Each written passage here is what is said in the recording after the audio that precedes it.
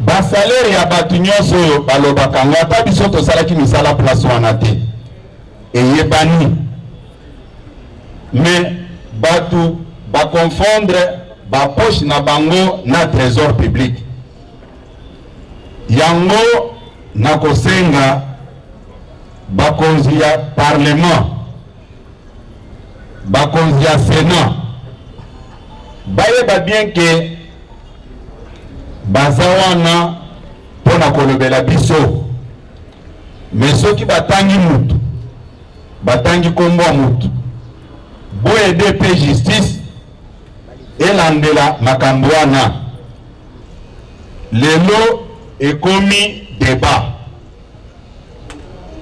batu oyo bayibi misolo ya mboka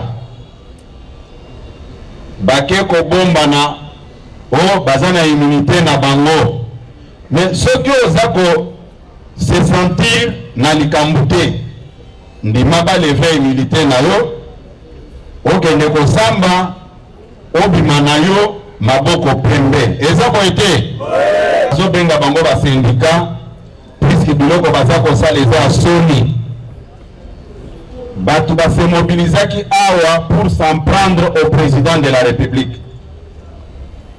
Il est complice. Tshisekedi peur alobaki boye. Etienne Tshisekedi ne pouvait pas tolérer ça. Batu baza koyiba misolo mboka. Baza ko inquiéter bango te. Si que batu oyo batangaka Bible. Bato batangaka Bible eza na verset moko oyo elobaka ke la justice élève une nation. Toyokani? Mais soki nzambe ye moko alobi ke justice eza ko élever nation. Mais yo telemeli justice wana. Est-ce que oza sérieux? Yo yebi ke likambo zoloba oyebi yango te. Pourquoi osa ko s'agiter?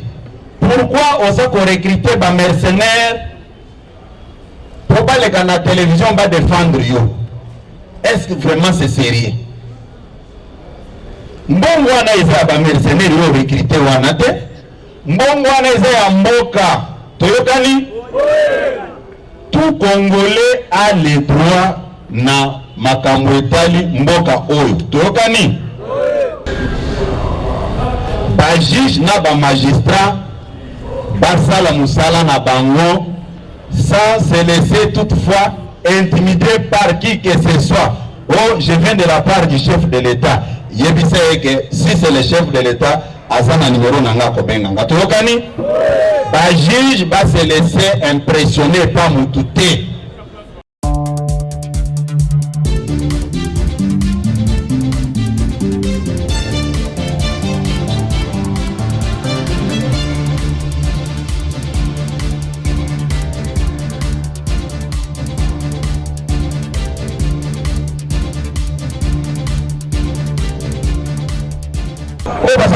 Pratiquer les bosso.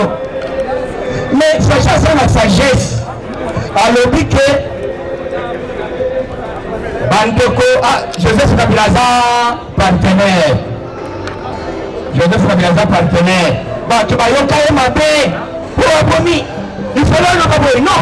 Avant que ça les camus, il faut étudier mon tout d'abord. Et ça va voter. Faut étudier. Alors lui c'est le golapa. Nani ya soto sinyana yo golapa. Il est pacifique. Ah, Fatima! Matissa volume. Donc, tu vas comprendre la Fachi na retard. Fachi a l'évité. Pour nous, et là, on fait vivre la Kingakati. Bangando va y avoir un déni. C'est moi qui n'ai pas de pembeni. A étudié pendant 2 ans, à mon niveau blocage est allé. À l'obit, au Kabani. Wana nani bakomplena yete tokomi na sommet ya France facha tani Kagame alobite Kagame azali homologue mais bato bazali kozela facha lobe na Kagame gete tokobunda o tokosala boy non avant ya kosala mosala même avant ya kotonga immeuble il faut kozala na fondation eza bongo te facha alobi te bakendaka mbangu te asali mosala adeboulonné. Quelques jours après nani ngomba na wane moto volcan sikopekisa volcan pekisa volcan epeli oyo ekomi Félix Tshisekedi omoni kaka mafongoli frontière facha lobi bangajaka eloko ya guerre sans oyeba nanu position na yo te facha abeti bulo abeti rada lelo bato bazokomprene Félix Tshisekedi Tshilombo alobi bientôt état de droit à marche. Il est presse vivant pour répondre bandeko, il est presse vivant Fachibe Facha azobeta bulo azobeta azongaki na ye alobi kisalume banda esala nini kisalume banda boyoki niveau ya inspection bato boni oyo badetourne mbongo boyoki mosala sur plan international kombo ya communauté internationale balobi journal moko américain. Ok totelema biso nyonso totelema toyamba secrétaire général.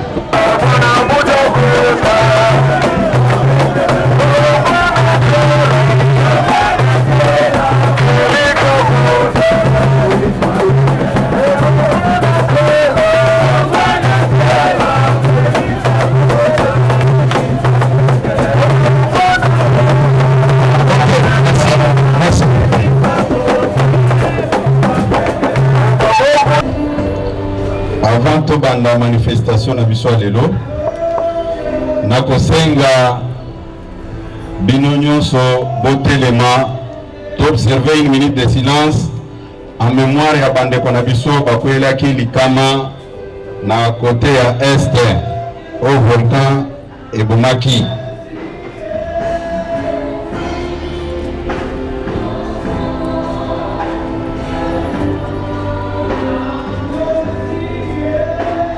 Ok, merci. IDPS viva.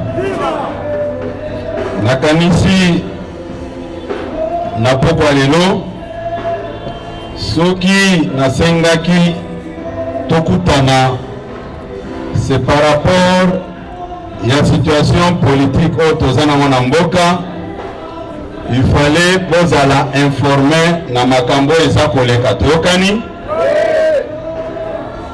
boyokaki mikolo euti koleka tata mokonzi ya ekolo en concertation na ba institution de la République bazwaki mokano ya kodécréter état de siège na est na biso.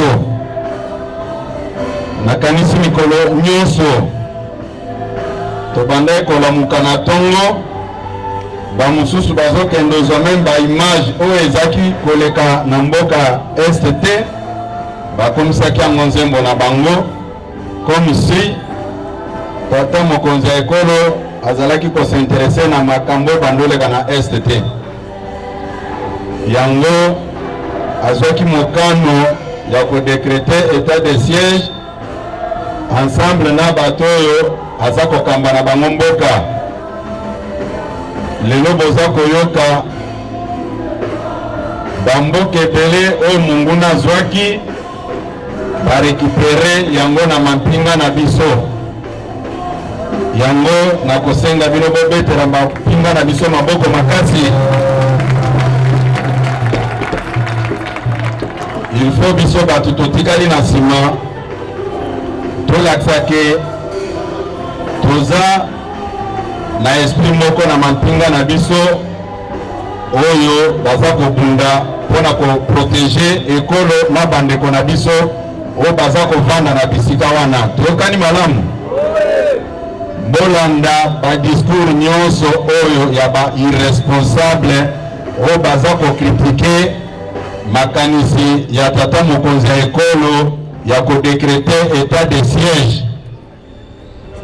boye bango bien que soki mboka eza na kimia te ata biso awa tokosangana te ata bato bakosangana te ke baza kosambela bato bakosangana te ke bazotinda bana na baklasse sécurité eza eloko ya motuya toyokani malamu ça ne sert à rien bayebisa bino ke non ndenge basali boye ndenge balobi boye eza mabe esengelaki tosolola puisque nayebi ndenge tozali awa ata couvre-feu ndenge ezali soki oza na ndeko na yo aza kobela okoloba teke nazomeme na hôpital te po couvre-feu ezali eza boye te nayebi mokolo moko boye bakangaki chauffeur moko na niveau ya Sendwe amemaki mama moko na eta moko ya mabe metango bakomi na barrière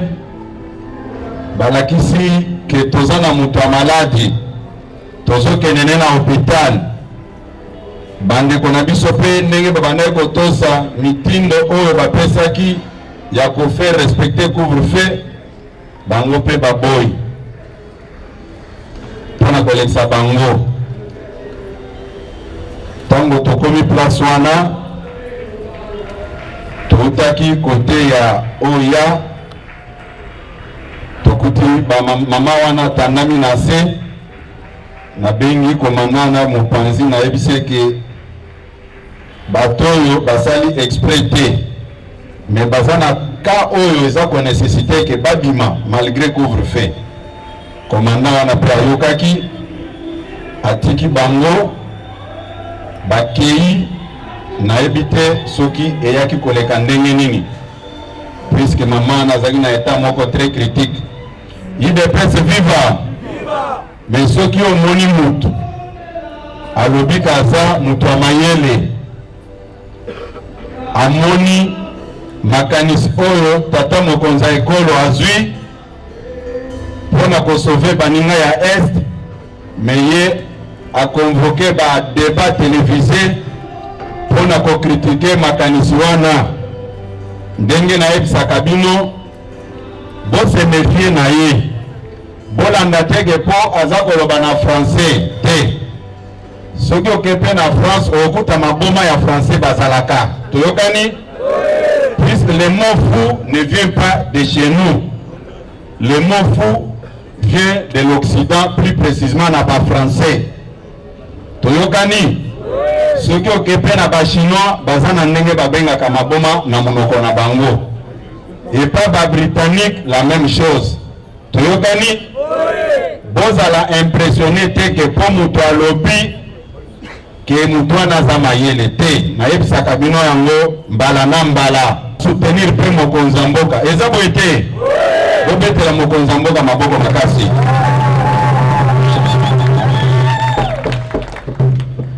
esika wana débat eza te soki oyoki mutu ayebi soki état de siège eza mabe tuna ye keme yo mpona yo olingi basala eloko nini mpona kosauve bandeko na biso wana toyokani malamu eloko ya mibale nakanisi ke bato oyo batangaka bible bato batangaka bible eza na verset moko oyo elobaka ke la justice élève une nation toyokani mais soki nzambe ye moko alobi ke justice eza koélever nation mais yo telemeli justice wana est-ce que oza sérieux puisque c'est une partie de la parole de Dieu que tout un chacun est censé de respecter toyokani mais namoni mikolo oyo euti koleka quand bien même que nazaki na tournée na Congo central namoni syndicat moko nazobenga bango ba syndicat puisque biloko baza kosala eza soni bato base mobilisaki awa pour s'en prendre au président de la République. Il est complice Tshisekedi père alobaki boye. Etienne Tshisekedi ne pouvait pas tolérer ça. Batu baza koyiba misolo mboka. Baza ko inquiéter bangote. Mais lelo mokonzi ya mboka anome bato bakosala musala wana bandeko na bisoyo ya IGF. Bobetela bandeko ya IGF maboko makasi.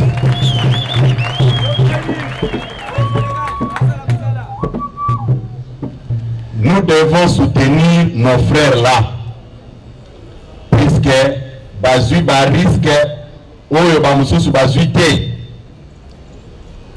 Lelo ekomi débat. Batu oyo bayibi misolo ya mboka bake ko bombana o bazana immunité na bango. Mais ceux qui osako se sentir na likambute ndima ba lever immunité na yo okende kosamba obima na yo maboko pembe. Eza ko ete eza ko ete parce que toyebi ba salaire ya batu nyonso oyo balobaka ngo ata biso tosalaki misala place wana te eyebani. Mais batu ba confondre ba poche na bango na trésor public. Yango na kosenga bakonzi ya parlement, bakonzi ya sénat bayeba bien que baza wana pona kolobela biso. Mais soki batangi mutu batangi kombo mutu boye DP justice elandela makambo wana kobengisa mutu paya ko expliquer ata na ndako ndenge tozaka boye papa azobima na tongo atiki misolo pona mama alambela bana akomi na pokwa akuti ni biloko na ya kolia me bana bazolela eloko ya kolia eza te. Soki papa alingi kotuna yo lobi oza na misala mabe il faut tobondela pona yo. Mais c'est ce que nous vivons. Comment expliquer batu sérieux mbongo ya mboka ebimi pona kosala musala basali yango te. Mais bazi mbongo wana ba orientango na ba intérêt personnel na bango po babenga bango na ba mboka oyo bango bautaki ke bato ya mayele omoni te ndenge atongi epa na ye. Est-ce que vraiment nous sommes sérieux? Bon, ba oyo baza na bandeko ba ministre te, ba oyo baza na bandeko ba premier ministre te, bango pe bakosala eloko nini? C'est-à-dire bakozala sacrifier yango tozoloba boye. Batelemelaka justice te, basinterferaka na fonctionnement ya justice te. Tokani malamu? Tokani malamu? Batu nyonso oyo baza cité ke bayibi misolo ya mboka bakende puisque ezosala soni. Ngai na kopesa bino exemple moko awa. Na 2020 bandeko moko ya mitema mabe oyo babando zanga moya kobundisa ngai bakendeki kozwa ba jeune na biso baye na bango liboso awa batumbi bapine balobi nini secrétaire général azwi bato ya famille na ye na bato ya église na ye atindi bango bisika bino bolinga kokende po bozwa misala. Lokola nga na banda ko se reprocher na eloko moko te. Na répondaki bato bayaki kotala nga pona ba compatir na nga bato batumbaki bato awa bato bazwaki ba makame ebele non secrétaire général azui bato église na ye bato famille na ye atingi bango mais ntango nayambaki bato epa na ngai nalobi non bokondane bato oyo baza kolobake natindi bato famille na nga na bato église na cabinet ministériel te. Peut-être ils ont la vraie information que nasali ndenge bazoloba wana. Mais la meilleure façon de faire c'est quoi? Botia commission en place, bo kende cabinet par cabinet, bo vérifier puisque moi je ne me reproche de rien. Nakanisi bande ko ba parlementaire debout, bo betela bango maboko. Basala ki musala wana. Bakei cabinet par cabinet baza ko vérifier. Bamoni ke ezalaki biloko ya lukuta na yebaki eloko moko te. IDPS viva. Yo yebi ke likambo zoloba oyebi yango te. Pourquoi oza ko s'agiter? Pourquoi oza ko recruter ba mercenaires pour pas les canaux télévision va défendre yo? Est-ce que vraiment c'est sérieux? Mbongo wana eza ba mercenaires yo recruter wana te. Mbongo wana eza ya mboka. Toyokani? Tout Congolais a le droit na makambo etali mboka oyo. Toyokani? Toyokani malamu? Batika ko distraire bino na babiloko moko oyo eza na tina te. Okomona mutu aza ko transpirer na télévision pour défendre quelqu'un qui est conscient que likambo baza kolobana eza ya solo. IDPS viva. Mais bino bo critiquer mokonzi mboka. C'est plus pire même que na modèle bino bolingi ko pesa biso wana. Lokola boza kozwa biso neti ba bolole moko boye bolingi ko tangela biso ba kombo ya bato oyo bapiller mboka oyo comme s'ils étaient dans une compétition ya copier, mais les gens bozo une service bango bozo tanga ba kombo nango avec beaucoup de légèreté. IDPS viva. IDPS viva. Dernièrement boyokaki ndeko na biso Albert Yuma. Mutu nyonso alandaki vidéo na ye wana.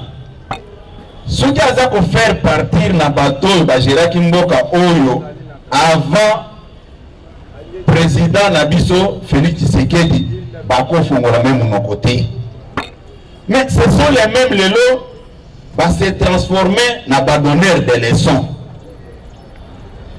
Et puis biloko wana toza koyoka ngo omona moto azo olandaki makambo te la lobaki. Mais c'était un voleur. Hein? Et ça réseau ya ba mafia baza ko se protéger bango moko. IDPS viva. IDPS viva. Bozala impressionné na babiloko wana te. Toyokani? Toyokani? Mboka oyo eza biso nyonso.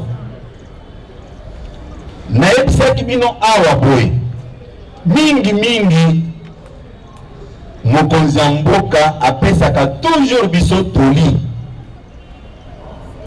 Biso ba collaborateur na ye. Alobaka boy. Même s'il faut sortir main vide, tout ma main vide pour ne pas cracher sur la mémoire d'Étienne Tshisekedi.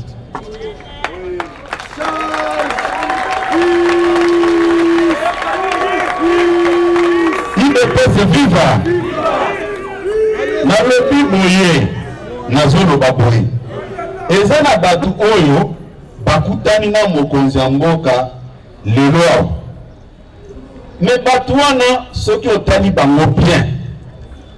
Na biso écart eza munene. Différence eza munene. Yango mokonzi apesaka toujours toni. Tovandi balobaka boy. S'il faut kobimampiaka ndenge bakino balobaka, il faut tobimampiaka. Tokani? Alobi tokoki jamais ko cracher na mémoire ya Etienne Tshisekedi.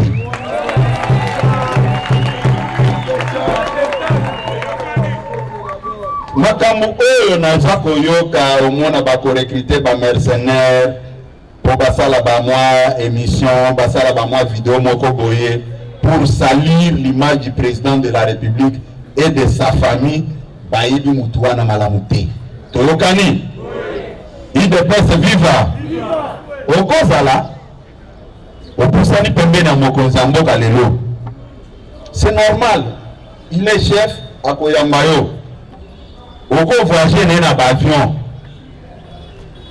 boko koma boye na ba hotel yala na hotel oyo soki aza na 6e niveau yo za na 2e niveau c'est-à-dire bolali ka hotel moko wana mais oyebi bien te UDPS viva UDPS viva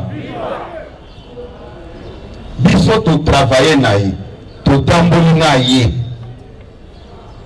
aza matérialiste te aza matérialiste te il faut koyeba mutu na moko tango nazoyoka bato bazosala badéclaration na bango natalaka mpenza na télévision na lobi c'est un mercenaire recruté seulement pour des raisons de la cause comme le problème social est en train d'embêter tout le monde yepe babengi ye basimbisi mwa muke va rencontrer tout ce que vous voulez rencontrer à la télé si la personne de Félix Tshisekedi yepe akoleka na ye abandi koloba wawa neti chaku ba juge na ba magistrat basala musala na bango sans se laisser toutefois intimider par qui que ce soit.